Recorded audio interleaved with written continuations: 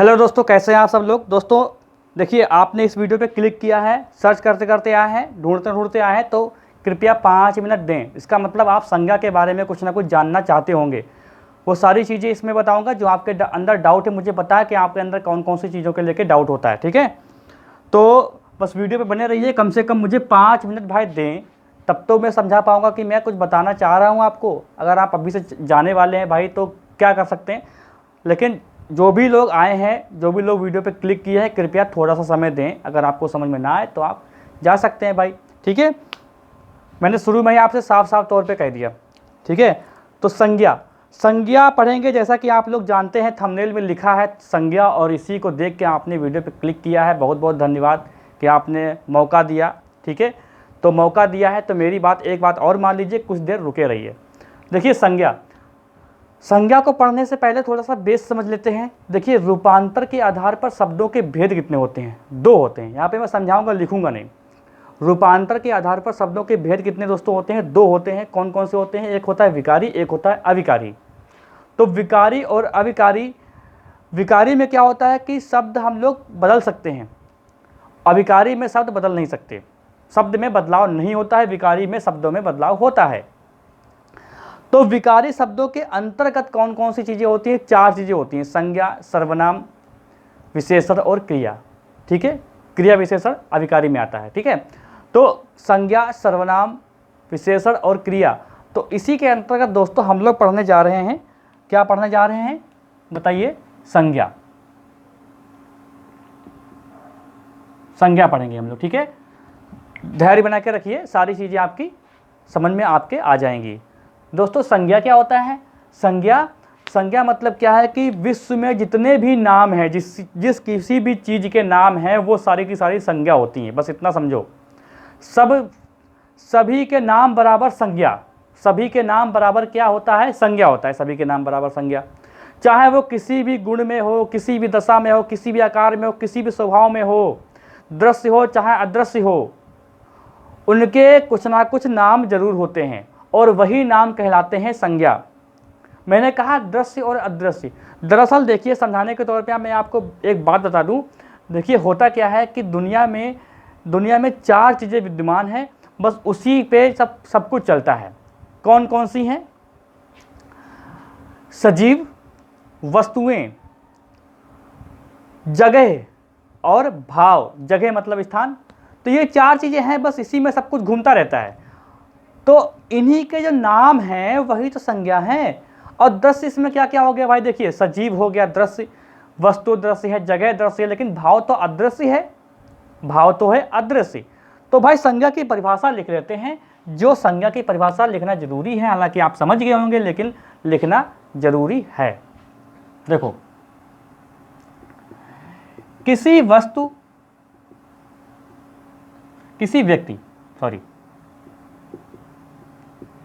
व्यक्ति, वस्तु,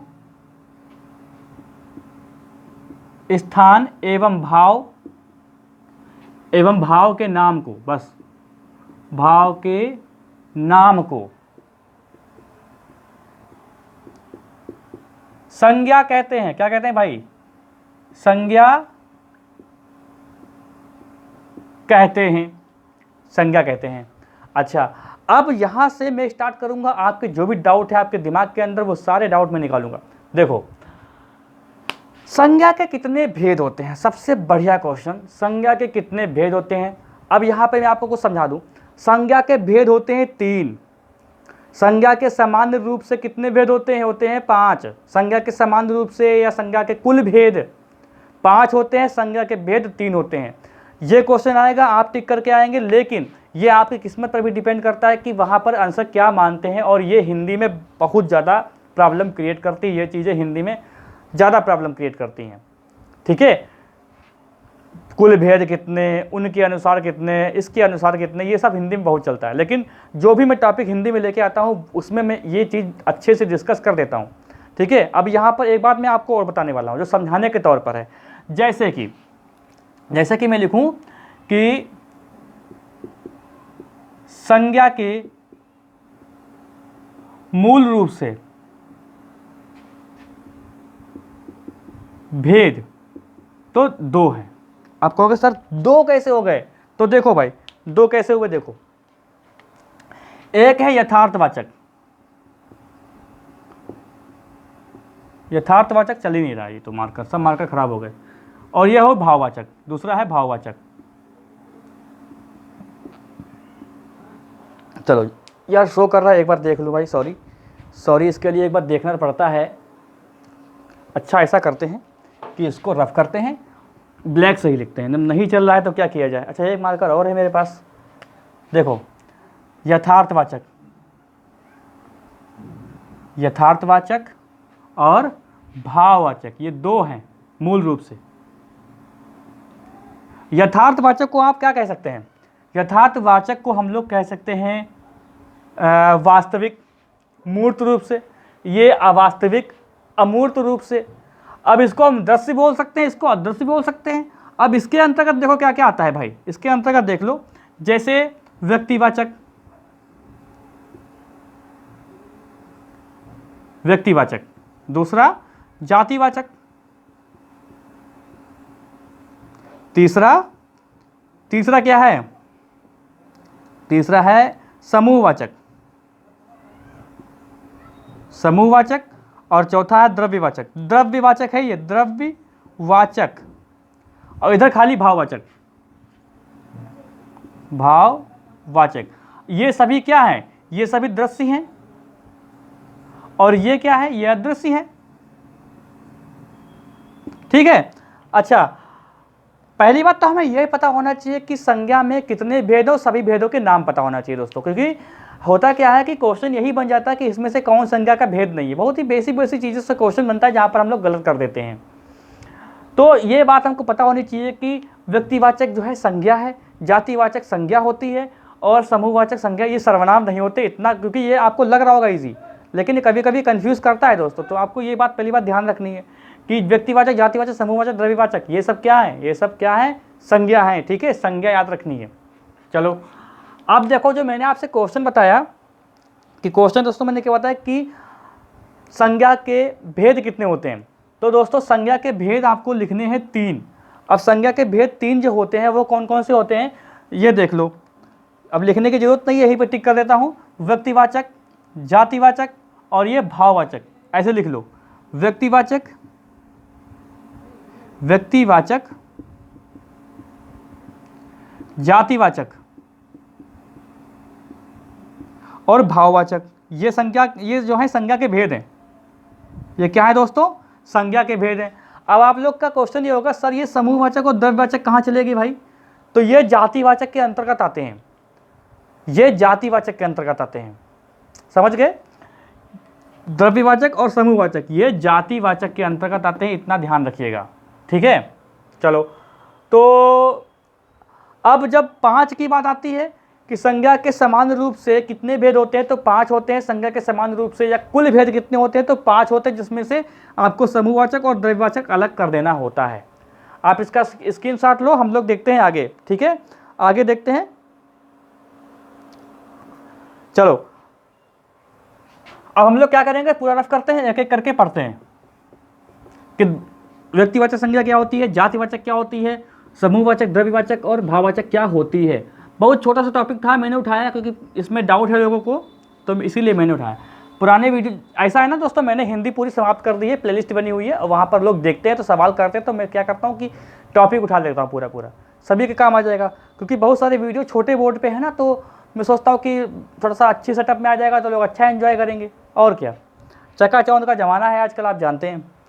तो देखो पहला हम लोग क्या करते हैं, डालते हैं हेडिंग व्यक्तिवाचक। व्यक्तिवाचक क्या होता है? व्यक्तिवाचक, यहाँ पर व्यक्तिवाचक और जातिवाचक जब कभी क्वेश्चन आता है कि इसमें से कौन सी संज्ञा, तो बड़ा कन्फ्यूजन होता है दोस्तों। मैं जानता हूँ कन्फ्यूजन होता है, मुझे पता है आप यही सब सोच के आए होंगे, और मैं आपकी उम्मीदों पे खरा उतरने की कोशिश करूँगा। देखो व्यक्तिवाचक क्या होता है, राइटिंग अच्छी नहीं है, कोई दिक्कत नहीं है, राइटिंग अच्छी नहीं है, अब मैं बोलता रहा हूँ ना। तो देखो व्यक्तिवाचक क्या होता है।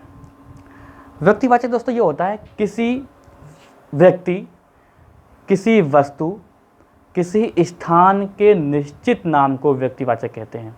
लिख लो क्या दिक्कत है, लिख लो। जिस शब्द से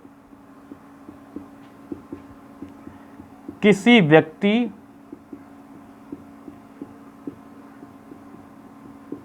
किसी वस्तु,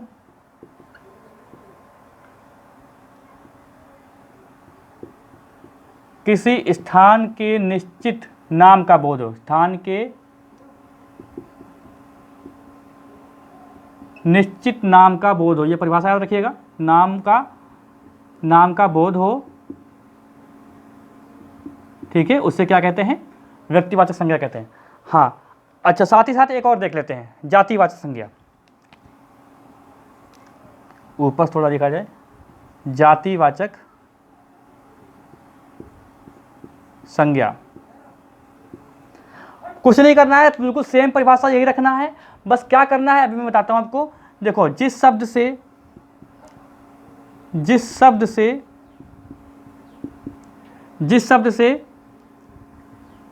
किसी व्यक्ति,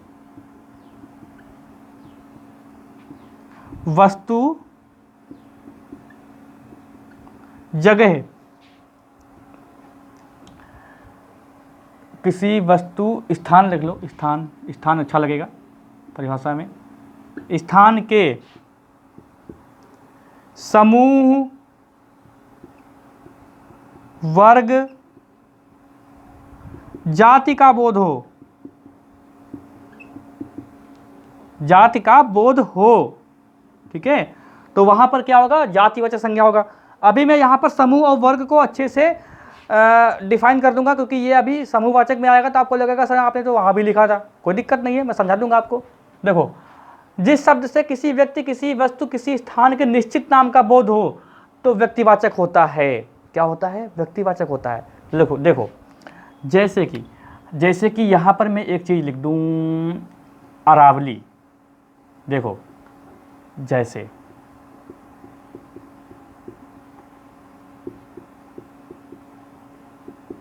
अरावली, ठीक है, यमुना और शिवम। अब यहां पर देखो, जैसे अरावली लिखा है, यहां पर लिख लो पर्वत, यमुना लिखा है, यहां पर लिख लो नदी, यहां पर शिवम लिखा है, यहां पर लिख लो मनुष्य। चलो, अब बताओ, कुछ समझ में चीज आपको आई, कुछ दिमाग में कुछ आया? भाई ये क्या है, व्यक्ति का निश्चित नाम है, निश्चित नाम। और ये अरावली क्या है, एक पर्वत है, एक पर्वत की जाति है, ये मनुष्य की जाति है, ये नदी की जाति है, नदी के अंतर्गत बहुत सारे नाम हैं, नदियों के गंगा, यमुना, सरस्वती, गंडक, ठीक है, रिहंद, बहुत सारी हैं, शारदा, काली नदी इसको बोलते हैं, बहुत सारी नदियां हैं। ऐसे ही शिवम है, कुछ भी नाम ले लो, शिवम है, सुनीता है, ठीक है, या असलम है, कुछ भी करके नाम कर रख लो, वो सारे मनुष्य होते हैं, मनुष्य की जाति। तब देखो, जाति जब होती है, जाति किस में आ जाती है, जातिवाचक संज्ञा में। बस आप ऐसे क्वेश्चन करो, यमुना क्या है, नदी है, नदी तो यमुना नदी, इसका मतलब है। तो ऐसे भी आप सोच सकते हो। आपको समझ में नहीं आया तो कोई बात नहीं, देखो ऐसे कर सकते हैं, नदी, जैसे कि ये यमुना है और इसके ये सारी नदियां हैं, तो ये जो बाहर वाला है ये क्या हो जाएगी, ये जातिवाचक हो जाएगी, अंदर वाला क्या है, ये व्यक्तिवाचक हो जाएगा। जैसे कि फिर से देखो, जैसे कि यहाँ पर क्या लिखा हमने, शिवम लिखा, शिवम, और ये क्या लिखा, मनुष्य। तो जो अंदर वाला दोस्तों है वो क्या होता है, वो व्यक्तिवाचक होता है। अंदर वाला क्या है, व्यक्तिवाचक, और बाहर वाला जो मनुष्य आ जाएगा ये हो जाएगा जातिवाचक। ऐसे करके आप देख सकते हैं। क्या आपने रीजनिंग सीखी होगी तो क्या आप ऐसा भी कर सकते हैं क्या, कि ये लिखा मनुष्य, ये थोड़ी डीपली चीज़ है, ठीक है। जिन लोगों ने रीजनिंग का वीडियो नहीं देखा है वो लोग देख सकते हैं, रीजनिंग भी मैंने पूरी समाप्त कर दी है। और ये वेन डायग्राम में सिलॉक का क्वेश्चन है। देखो ये मनुष्य है, क्या आप ऐसा कर सकते हैं क्या, और यहाँ पर शिवम लिख सकते हैं क्या, नहीं लिख सकते। क्यों, क्योंकि क्या सभी मनुष्य शिवम है, नहीं तो सभी मनुष्य का, यहाँ पर देखो क्या मतलब है कि सभी शिवम मनुष्य हो सकते हैं, सभी यमुना नदियाँ हो सकती हैं, ठीक है, नदियाँ हो सकती हैं। सभी मनुष्य शिवम हो सकते हैं क्या? नहीं। सभी मनुष्य शिवम कैसे हो सकते हैं? सभी का नाम शिवम हो जाएगा। अरे कुछ मोहन है, कुछ राकेश है, कुछ एहराज है, कुछ अनस है, कुछ जुनैद है, ये सब मेरे फ्रेंड हैं, ठीक है, बचपन के। और कोई अरविंद है, कोई अनिल है, ठीक है। तो ये मनुष्य जो है अंदर आ गया, तो इसका मतलब ये गलत डायग्राम बना है। चलो रीजनिंग की बात छोड़ो, चलो समझ में नहीं आया तो कोई बात नहीं है, आपको बस क्या करना है कि जाति, हमको जाति बनानी है। कोई नाम दे दिया गया, पूछा गया रेखा, या पूछा गया आपसे सारिका, तो पूछा गया कि ये कौन है, तो ये एक व्यक्ति है और ये किसके अंतर्गत है, तो ये मनुष्य के अंतर्गत है। तो मनुष्य क्या हो जाएगी? जाति हो जाएगी। एक चीज़ और देखो, कुछ चीज़ें मैं रफ कर देता हूँ यहाँ पर जो मैंने समझाया अभी, ठीक है। देखो ऐसा होता है कभी कभी क्या होता है कि एक विशेष नाम देते हैं, विशेष नाम। जैसे मान लीजिए कहा जाए कि उसकी पत्नी सीता है, उसकी पत्नी सीता है। यहाँ पर अगर पूछा जाए अंडरलाइन करके सीता क्या है, तो सीता दोस्तों यहाँ पर नाम तो है, और सारे नाम किस में आ जाते हैं? व्यक्तिवाचक में। लेकिन ये दोस्तों जाति में आएगा। अब आप कहोगे सर ऐसा कैसे हो सकता है? ऐसा इसलिए हो सकता है क्योंकि सीता एक पौराणिक कथा में जानते हैं, राम सीता, सीता राम रामायण में, तो सीता एक जाति है, मतलब बहुत ही सभ्य, ठीक है, पतिव्रता, उस प्रकार की उसकी पत्नी है, जैसे राम की पत्नी सीता थी। तो सीता एक जाति है। जैसे कह दिया जाए कि राम, तो अब कहा जाए कि राम जा रहा है, एक वाक्य लिखा है कि राम स्कूल जाता है, और अंडरलाइन कर दिया जाए राम क्या है, तो क्वेश्चन का आंसर दोस्तों क्या आएगा? राम जो है व्यक्तिवाचक संज्ञा है। ऐसे क्वेश्चन आए कि उसका पति एकदम राम है जैसा है, उसका पति एकदम राम जैसा, या उसका पति राम के समान है, तब दोस्तों वो जो राम जो है वो जातिवाचक में आ जाएगा। जैसे लक्ष्मण है, लक्ष्मण लखनऊ जा रहा है, लक्ष्मण खाना खा रहा है, लक्ष्मण नहा रहा है, तब ये क्या है? लक्ष्मण। वहाँ पर क्या है ये चीज़? वो एक व्यक्तिवाचक है। यहीं पे अगर कहा जाए कि उसका भाई बिल्कुल लक्ष्मण के समान है, तब इसका मतलब वो तुलना लक्ष्मण जो राम के भाई उनके साथ की जा रही है, तब वो लक्ष्मण किस में आ जाएगा दोस्तों? वो आ जाएगा आपका जातिवाचक में। ऐसे ही विभीषण, इस देश में विभीषणों की कमी नहीं है, विभीषणों की कमी नहीं है। तो जो विभीषणों की कमी नहीं बता रहे हैं, तो इसका मतलब विभीषणों मतलब क्या हो जाएगा? ये जातिवाचक में आ जाएगा। वह विभीषण है, अगर मान ले कि वो नाम है कि आप वह विभीषण है, तो अलग बात है, लेकिन विभीषणों की कमी नहीं है। वह सूरदास है, सूरदास तो नाम नहीं होता जहाँ तक, सूरदास है, तो सूरदास मतलब वो, सूरदास की तुलना अंधों के साथ हो रही है। मतलब जैसे कि कोई व्यक्ति अगर अंधा है तो उसको कहते हैं कि यार सूरदास है वो, तो वो क्या मतलब संज्ञा सूरदास की दे रहे हैं, तो वो सूरदास का मतलब यहाँ पर ये होगा कि जो जितने भी अंधे लोग होते हैं वो एक टाइप से सूरदास उनको हम बोल सकते हैं। तो सूरदास किसमें? जातिवाचक संज्ञा में आ जाता है। और यही से ऐसे क्वेश्चन बनते हैं दोस्तों। तो आपको समझ में आ गया होगा? क्या मैं इसको रफ करूं? चलो अब हम लोग क्या देखते हैं? हम लोग देखते हैं अब समूहवाचक नहीं, क्या देखना है? हाँ, समूहवाचक देखना है। समूहवाचक देखो,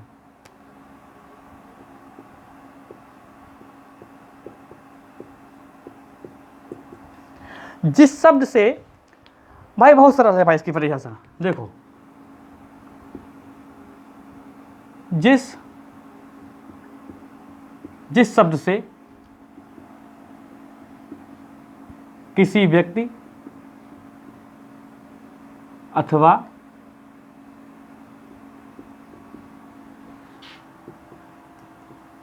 किसी वस्तु के समूह का बोध हो। अब यहाँ पर जो समूह लिखा है इसका मतलब क्या है? अब भाई समूह है, समूह, जैसे कि यहाँ पर लिख दिया जाए भीड़, लो क्या कंफ्यूजन है भाई? भीड़ किसमें है? ये भीड़ किसकी हो सकती है? मनुष्य की हो सकती है। झुंड क्या एक समूह है ना, समूह है, ठीक है। अब यहाँ पर एक चीज और देखो, जैसे कि सभा, तो ये सब क्या है? ये सब समूहवाचक हैं। मैंने आपसे बताया ना पहले ही कि जो जो समूहवाचक और जो द्रव्यवाचक वो जातिवाचक के अंतर्गत आते हैं दोस्तों, इसीलिए इनको हम लोग एक में ही पढ़ते हैं, क्योंकि ये चीज़ एक ही होती है। लेकिन कुछ चीज़ें यहाँ पर अलग करती हैं, तो उसको इसी बेस पे हम लोग इसको अलग कर दिए हैं, वरना आपको जातिवाचक के अंतर्गत ही पढ़ना होता है इसको, समूहवाचक को और द्रव्यवाचक को। अभी मैं आपको बताऊंगा एक चीज़, देखो जैसे यहाँ पे मैं अब क्या लिखने जा रहा हूँ, द्रव्यवाचक, द्रव्यवाचक, द्रव्यवाचक। देखो जिस शब्द से किसी वस्तु के नाप तोल का भाव हो, नाप तोल का भाव हो, ठीक है। तो ये अब देखो, अब जैसे कि यहां पर हम लोग एग्जांपल लिखते हैं, जैसे कि दूध, यहां पर सोना भी लिख सकते हैं, कोयला, धातुएं भी होती है इसके अंतर्गत। अब देखो जैसे कि बहुत सारे कपड़े होते हैं, जैसे कंपनी के नाम, जैसे सियाराम वगैरह कंपनी होती है, अगर मान लिया लिख दिया जाए कपड़ा, तो कपड़ा तो जातिवाचक के अंतर्गत आ जाएगा। अगर कपड़ा का जैसे कि रेशमी कपड़ा कह दिया जाए, रेशमी कपड़ा या कुछ भी, तो मैं समझाने के तौर पे आपको बता रहा हूँ कि कपड़ा हो जाए तो कपड़ा जातिवाचक के अंतर्गत आ जाएगा। लेकिन यहाँ पर क्या द्रव्यवाचक, क्योंकि तोलने और नापने की बात हो रही है, तो ये किस में आ जाएगा, ये किस में आ जाएगा, द्रव्यवाचक संज्ञा में आ जाएगा। समझ रहे कि नहीं। तो अगर इनको गौर से आप देखेंगे, बहुत ही अच्छे से समझें, तो ये जातिवाचक संज्ञा के ही उदाहरण लगते हैं। लेकिन कुछ चीज़ें इनसे डिफरेंट होती है, इसलिए हम लोग इनको अलग कर देते हैं, जिसमें जातिवाचक से निकाल के हम लोग समूहवाचक और द्रव्यवाचक बना देते हैं इसको। समझ गए कि नहीं। चलो, तो दूध हो गया, सोना हो गया, और मिट्टी का तेल हो गया, पेट्रोल हो गया, ये सब किसमें है, द्रव्यवाचक में है। नाप तोल, जिससे नाप तोल जा सके। तो क्या आप किसी इंसान को नाप तोलेंगे क्या? अब तोलने वो तो अलग बात है, किसी इंसान को करेंगे क्या? आपके दिमाग में आ रहा हो सर हम तो 55 किलो के हैं, तो क्या मेरा भी द्रव्यवाचक में आ जाएगा क्या? नहीं, ऐसा नहीं है। अब किसी स्थान को तो आप तोल नहीं सकते, स्थान को तोलेंगे क्या? लखनऊ को तोल देंगे क्या? नहीं। अब वो उसको नापेंगे, वो अलग बात है, वो कितने में फैला हुआ, तो वो द्रव्यवाचक में नहीं आएगा, ये ध्यान रखिएगा, ठीक है। कपड़े को नापते हैं तभी तो काटते हैं, तो कपड़ा इसमें आ सकता है, ठीक है। और वो जातिवाचक में भी आ सकता है अगर ये द्रव्यवाचक ना हो, लेकिन नहीं आएगा ऐसा क्वेश्चन, और ऐसे ऑप्शन साथ में नहीं आएंगे, ठीक है। चलो इसको रफ करते हैं हम लोग, अंतिम देखते हैं भाववाचक। भाववाचक देखते हैं। भाव मतलब क्या? अदृश्य। भाव बराबर क्या? अदृश्य होता है दोस्तों। भाववाचक जिस शब्द से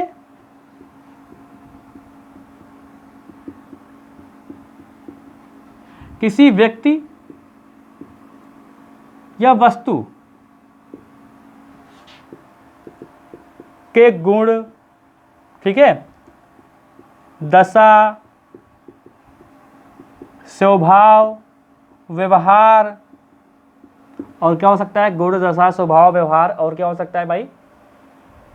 तो ठीक है, इतना सही है। गुण, दशा, स्वभाव, व्यवहार, इतने में सब कुछ आ जाता है। आदि का बोध हो,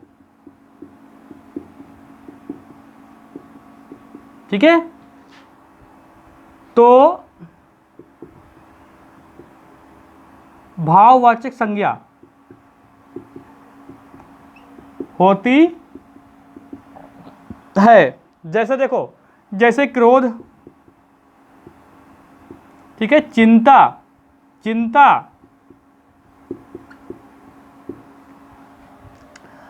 क्रोध हो गया, चिंता हो गया, और क्या हो सकता है भाई? बहुत सारी चीजें हैं, दुख हो गया, खुशी हो गई, तो ये सब भाव हैं, ठीक है। और मानवता हो गया, ये सारे क्या हैं? भाव हैं। भाव, मानवता एक भाव होता है, मानवता एक भाव है, ठीक है। अच्छा, एक लास्ट पॉइंट मैं आपको बताता हूँ जो बहुत ही इंपॉर्टेंट है। देखो, पहली बात तो ये कि जो ऐसा होता है, जो व्यक्तिवाचक संज्ञा होती है वो एक वचन में होती है, ठीक है, दृश्य होती एक वचन में होती है, और जो जातिवाचक संज्ञा होती है वो भी दृश्य होती है, बहुवचन या ऐसे शब्द जिनका बहुवचन बनाया जा सके तो वो जातिवाचक संज्ञा होती है। ठीक है। अच्छा, भाववाचक संज्ञा में एक बात और होती है दोस्तों, भाववाचक संज्ञा पहली बात तो देख नहीं सकते, दूसरी बात कोई भी भाववाचक संज्ञा अगर है उसका अगर बहुवचन हम लोग बना देते हैं तो वो शब्द आ जाता है जातिवाचक में। नोट कर लीजिए, ठीक है, नोट कर लीजिए कि जिस भाववाचक शब्द को हम लोग बहुवचन में बना देते हैं वो जातिवाचक संज्ञा बन जाती है। जैसे कि मान लीजिए कि मैंने लिख दिया मेहरबानी, ये भाववाचक संज्ञा में आता है मेहरबानी, क्योंकि मेहरबानी दिखती नहीं है। वैसे भी मेहरबानी किसी को कहाँ दिखती है, मेहरबानी, मेहरबानी, तो इसका अगर बहुवचन बना दें हम लोग मेहरबानियाँ, तो ये क्या हो जाएगा, ये जातिवाचक हो जाता है। ये जातिवाचक है और ये भाववाचक है, ध्यान रखिएगा ये चीज़। जैसे कि जवानी और ये जवानियाँ, तो ये जातिवाचक हो गई और ये क्या हो गई, भाववाचक। ठीक है, चलो भाई देखें सो हो रहा है, हाँ ओके ठीक है। देखो भाई स्मार्टफोन है मेरा और बैक कैमरे से बनता है वीडियो, बहुत अच्छा स्मार्टफोन नहीं है, बहुत ही सस्ता वाला है। तो फ्रंट कैमरा तो इसमें समझ लो ना के बराबर है। तो बार बार देखने जाना पड़ता है कि भाई वीडियो चल रहा है नहीं चल रहा है, पता लगा चल ना रहा हो, पूरी मेहनत ख़राब हो जाए। और ऐसा पहली बार नहीं, से कई बार हो चुका है, कई बार पढ़ाते पढ़ाते खो गया, ध्यान नहीं दिया, बाद में जब देखा तो वो वीडियो बना ही नहीं, आवाज़ ही नहीं आ रही है, कुछ बहुत समस्या होती है दोस्तों। तो भाई आपको संज्ञा अच्छे से समझ में आया होगा, मैं आशा करता हूँ। और अब मैं ये भी आशा करूँगा कि आप लोग वीडियो को शेयर करेंगे अपने साथियों के साथ, अपने दोस्तों के साथ, अपने जानने वालों के साथ, अपने रूम पार्टनर के साथ, जो भी आपके साथ जानने वाले हैं, जहाँ पर भी आपने व्हाट्सअप ग्रुप ज्वाइन किया है, टेलीग्राम ग्रुप ज्वाइन किया, जहाँ पर भी शेयर कर सकते हैं भाई शेयर करिए। आपका ही चैनल है, सपोर्ट करिए। आपके साथ साथ और भी आपके साथी देखेंगे तो आपको और अच्छा लगेगा, आपको और थोड़ा गर्व होगा कि यार जिस चैनल पर आप जुड़े हैं उसमें इतने लोग जुड़ चुके हैं, तो आपको काफ़ी अच्छा लगेगा दोस्तों। आप एक बार करके देखिए। तो बाकी हिंदी तो मैंने पढ़ाई दी है, आप उसकी प्लेलिस्ट चेक कर सकते हैं, सारी चीज़ें आप चाहें तो नोट्स बना सकते हैं, क्योंकि मैंने सारी चीज़ें आपको बहुत ही अच्छे से पढ़ाई हैं, बहुत ही मतलब सब क्रमानुसार चला हुआ है। ये वीडियोस स्पेशल तौर पे आ रहे हैं क्योंकि लोग कमेंट करते हैं सर ये चीज़ जरा फिर से कर दीजिए, तो बस ठीक है, फिर से हो गई। रीजनिंग में भी यही चल रहा है, और जो वैकेंसी दोस्तों आएंगी उस पर हम लोग प्रैक्टिस सेट भी सॉल्व कराएंगे। GS भी मैं पढ़ाऊँगा, GS को भी मैं पढ़ाऊँगा, चिंता नहीं करने का बिल्कुल भी। तो चैनल पे जो लोग नए हैं वो सब्सक्राइब कर लें, बेल आइकन दबा दें, जिससे आपको वीडियो का नोटिफिकेशन मिलता रहे बराबर। कोई क्वेश्चन अगर आपका होता है तो आप कमेंट बॉक्स खुला हुआ है, कमेंट कर सकते हैं। कोई भी डाउट हो, कोई भी सुझाव हो तो आप निसंकोच होकर दे सकते हैं। लाइक तो करेंगे ही वीडियो को। मिलते हैं बहुत जल्द हम लोग और अगली क्लास में।